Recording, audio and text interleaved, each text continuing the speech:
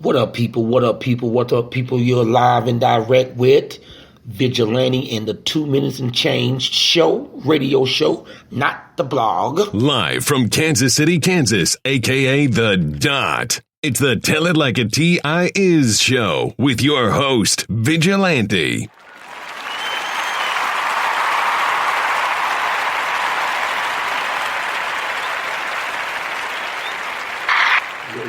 Yeah. What's up, y'all? Early in the morning, got my coffee with me. Wanted to talk about a few things real quick.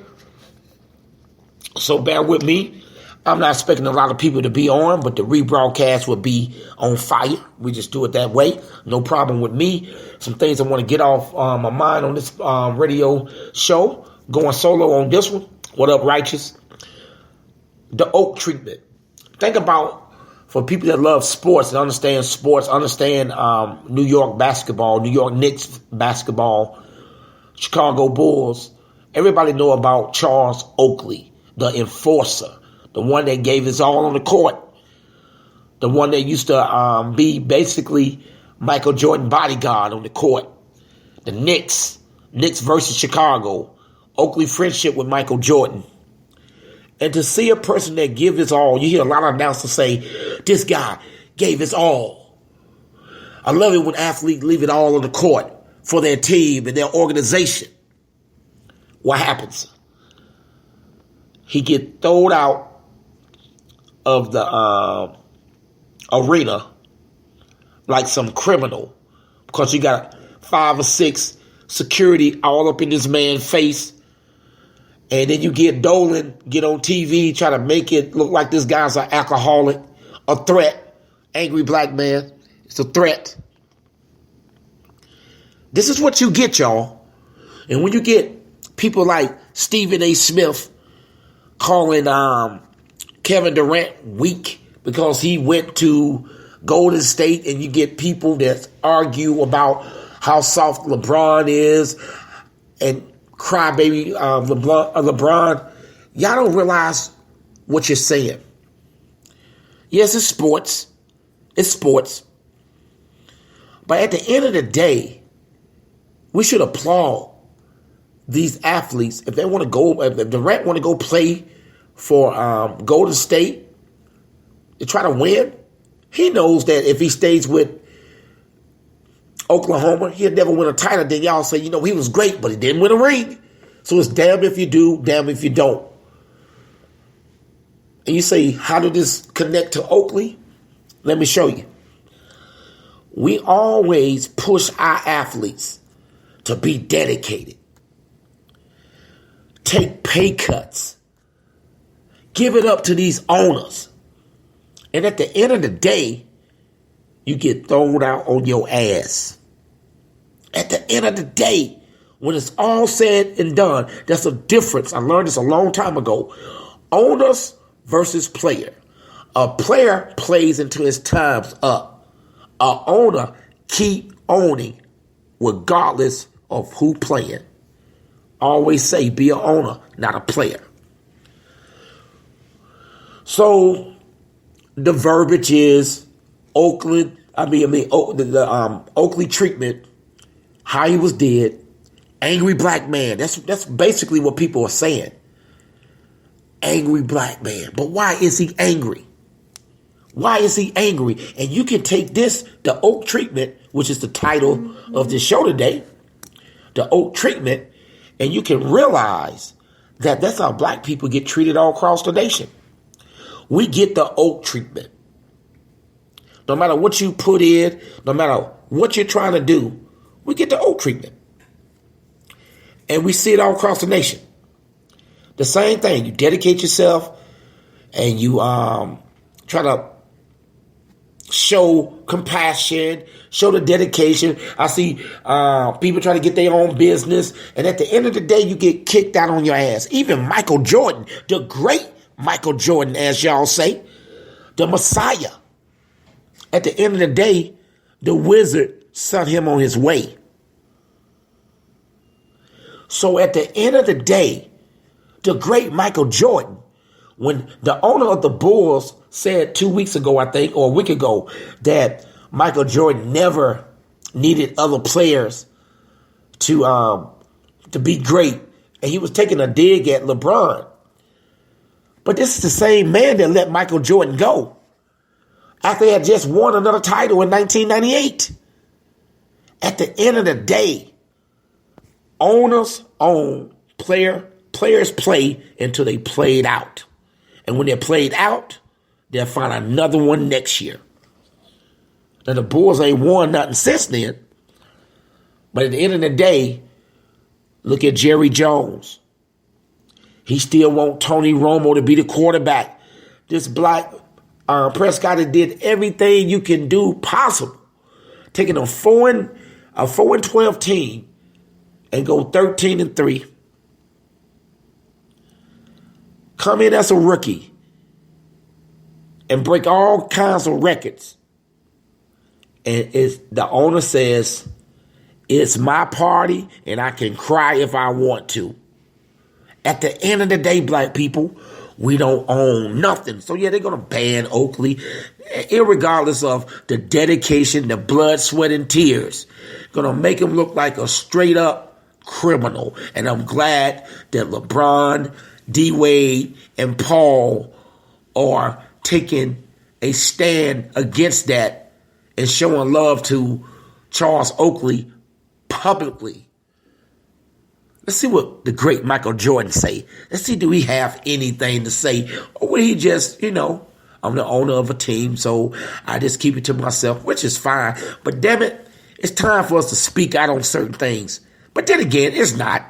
We watch Walter Scott. We watch Trayvon Martin, Mike Brown, Alton, Sterling. We watched all that. And we really didn't do nothing. See, at the end of the day, they give us the Oak treatment because we don't do what Oakley did. We don't fight back. We just accept it and keep it moving. Accept it and keep it moving. That's what we do. That's what we do. Sadly, that's what we do. And it's heartbreaking when you think about it. It is heartbreaking when you think about it. And I don't know. I don't know what we do, how we do it, but to see how they had that man on the ground, yeah, he was pushing away. You provoke people. You can't provoke a grown man. Let me emphasize man. You can't provoke him and think that he's going to just sit there and take it. It ain't going to happen. It's not going to happen. You can't provoke him. And how the guy get on television the next day and act like Charles Oakley is some type of menace, some type of guy that need help. I hope Charles Oakley lawyers take this dude to the bank for assuming something and preaching it as though it's facts. This was happening. This is the slickest white supremacy move ever. But it happens all the time. And why do they feel comfortable of it happening? Because at the end of the day, we ain't gonna do nothing. We ain't gonna do nothing. I hope we do. I hope these players, while they're at their prime of their lives, understand that they do have a little power. But the window is closing. People getting mad at LeBron James because he want more players. And there's people on Facebook that I got respect for, but call the man soft. He's weak because he want to win. The difference is y'all are too blind to see the moves that he's making and how he's changing the game. Let me tell you why, for those who dog LeBron out. It's still about the Oak treatment, but I'm just reversing it and showing y'all how the Oak treatment is also within our own black community. LeBron James is making moves that owners make. See, Jordan didn't have to do nothing because he had the owners that he could talk to, and they made the move to get Dennis Rodman and the all-star team that they had. Some people seem to forget. The more history comes, sometimes people want to forget and change the rules, but it's documented. Last time I checked, when Jordan left the Bulls still almost made it to the finals with Pippen, the cool coach. Y'all forget that? Did y'all forget that? Hell, they probably had a better chance of beating the Orlando Magic if Jordan wasn't on the team. All this emphasis went on Jordan, and that's why they lost. So, at the end of the day, this myth of LeBron being soft, because I'm not saying that when he flops on the court, we're talking about making power moves. Saying that, hey, I came back over here because basically when I came back to give Cleveland a ring, I want some power. He's going for some power. See, y'all are even being taught to knock down people that's asking for power. Because y'all are so used to us being powerless and waiting on the man to take you to the next level. And these guys are using their influence to change the game. And guess what? We's don't like that, do we? We's don't like that. What are they doing? You got Stephen A. Smith with his big... Let me chill. You have Stephen A. Smith that's calling somebody weak because he wants to go to the better team. So he goes to... he stays at Oklahoma. Do you think that Westbrook would be just as motivated like he is? He's motivated for the fact that Durant is gone. He's motivated now. But what if now he's always played hard, but what if he played with that type of poise that he's doing now with Durant? So at the end of the day, we all are affected by the Oak treatment some way, some shape and form. And it's crazy to me. It is crazy to see that man. You wouldn't throw Larry Bird out. I don't care if Larry Bird was fussing and swinging. Do you actually think that the Boston Garden, or wherever they play at now, would have thrown Larry Bird out if he was spazzing against security, or thrown him on the ground? Or would they let that man cool off and then talk to him? You can't surround black people nowadays with security, police, and not expect for us to feel threatened. We do watch TV. We do watch the internet. We do see the videos. Any form of authority is surrounding you when you paid your ticket, no matter who it is. Hell, I've seen drunk white people spaz out at games when security come around them and get better treatment than they did Oakley. Y'all can think that this is light. You can think that this is nothing. But this is setting a tone. And I did a blog on Boyce Watkins' page last year. Athletes need to stop sacrificing for owners. Get your money. Don't take no pay cuts. Because at the end of the day, the owner's going to still own the team. You have a window. You have a window.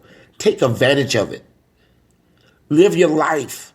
Don't be greedy. See, greed makes you a victim because they know they can dangle that money at you or the possibility of something and make you abandon your core values. That's what they can do. And that's the scary part. They can make you abandon your core values. And we have to always understand that. So, I don't know.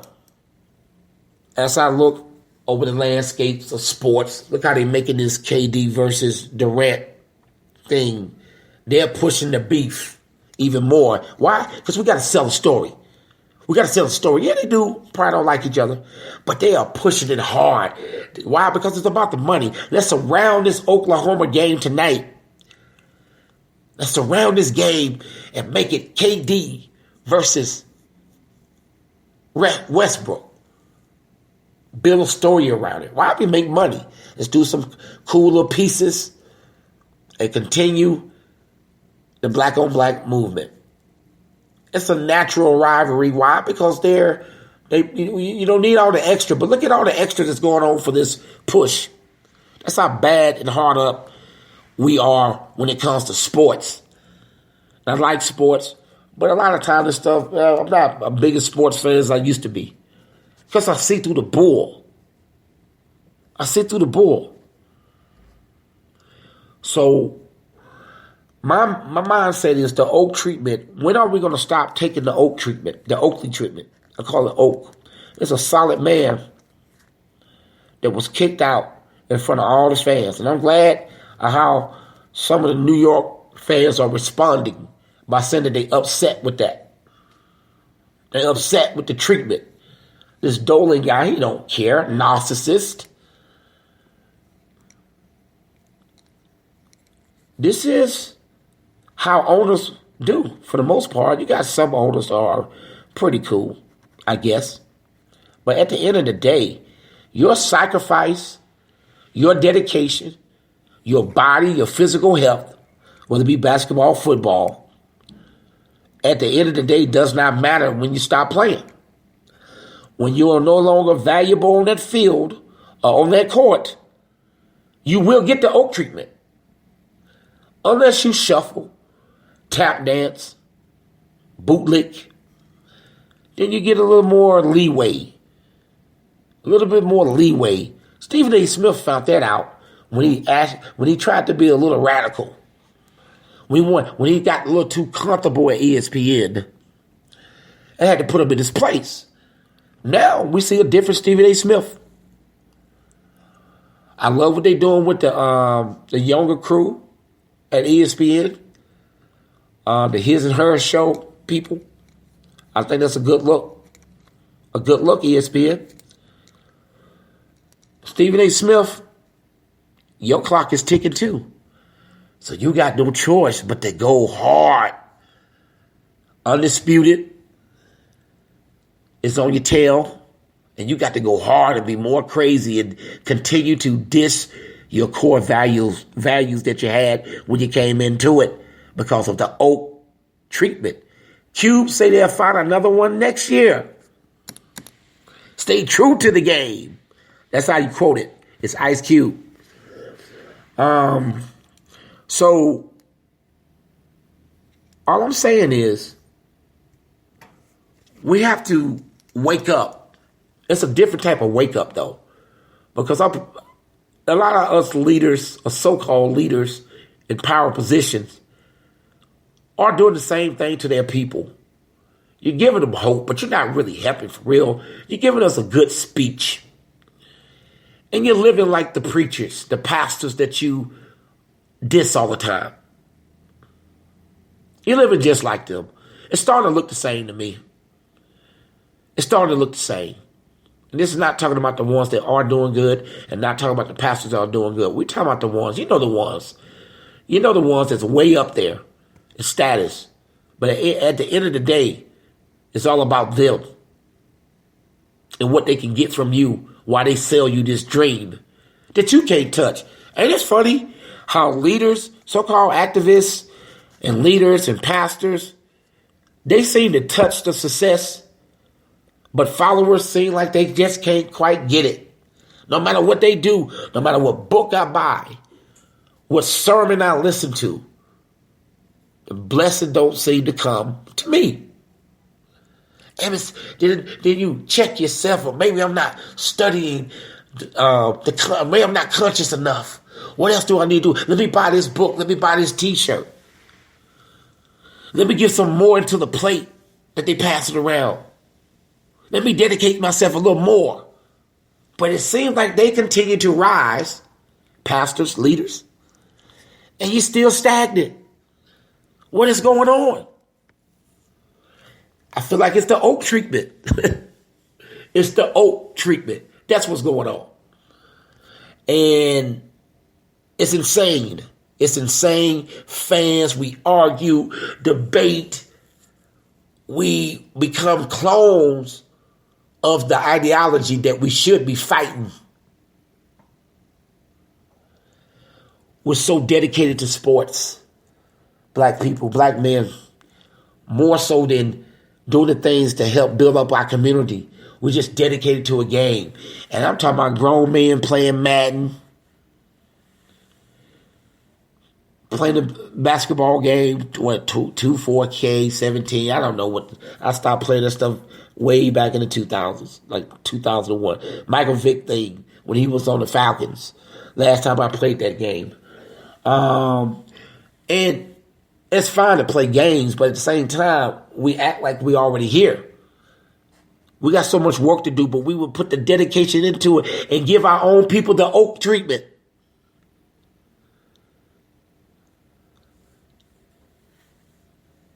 It's a tough game. It's a tough game. And I know as Oakley is sitting back thinking, all the balls he died for, pause for your young folks, and the body aching and everything else, this is the treatment you get for all the hard work that Walter Payton did on the field. In the Super Bowl, he couldn't even get a touchdown. They gave it to William Refrigerator Perry. At the end of the day, if we're not in power position, you really got no say-so. So what LeBron James is doing is making sure that he don't get the Oak treatment again. Because when he left Cleveland, that's what he got, was the Oak treatment. By the fans, the owner, saying all kinds of crazy things, burning his jersey. And the taste, I mean to say, the disdain that people have for LeBron, like I'm a Kobe fan, straight up. I started liking LeBron when I just saw people overdoing it. This man is everything that was advertised since a kid. I don't think nobody had as much pressure on them as LeBron James did. But he can never do enough. Was it 6 or 7 straight championship, games? Yeah, he won 3. Basketball's tough. It's not one game like Brady, where Brady went the last 2 Super Bowls in miraculous fashion. Mm-hmm. An interception with Seattle, and of course, Atlanta Falcons choking. That's my team. They choked. But they're in a series. It wasn't a series. So it's a little different. It's a little different and difficult when you're playing against so much talent. But James has won 3. It used to be a narrative, and LeBron James, he ain't got a title yet. And that's what's so crazy about the Oak treatment to Durant. Because before LeBron James won a title, he can never beat Michael Jordan. I'm sick of that. People trying to compare to Michael Jordan. He's the first LeBron James. So my whole point of it is that this man is making power moves. He is using his power to build up the community, his community, to do things. And y'all still go at him as though he was the most hated person. When that, in reality, we need some more LeBron James around here. And we got to start giving our people the Oak treatment. Yes, it's okay to hate them on the court. You can do that. But, you go so hard. And the thing is, because LeBron got so much power, I pray to God that his health take him to the 40s of playing. Let him break all the damn records. I don't care. I'm sick of that Jordan guy. So, I'll leave you with this, people. When are we going to stop letting people give us the Oak treatment? Because at the end of the day, your works are no good if they still treat you like you ain't shit. And what they did to that man, I don't care. Provoke them. I don't care what you say And then the narrative, we talked to some fans and they was scared as though this guy was some type of animal. Scared. Half of the people was feminine. What the hell they scared of? But that's the fear of the black man. And that's the perception. So whatever you do, you got to overdo it. Whether you coaching or working on television, whatever you do, know that you cannot be comfortable in your position because you're black, and you have to overdo it, overwin, overspeak, overcoon, because you're not the owner. You are not the owner. And maybe that's the mindset. It's time to be owners and not players, because players get played out. Owners keep owning. This has been Vigilante for 2 minutes and some change radio, not the blog. I went a little over, but that was the change. See you Monday, y'all. Keep your head up and stop accepting the Oak treatment. Out.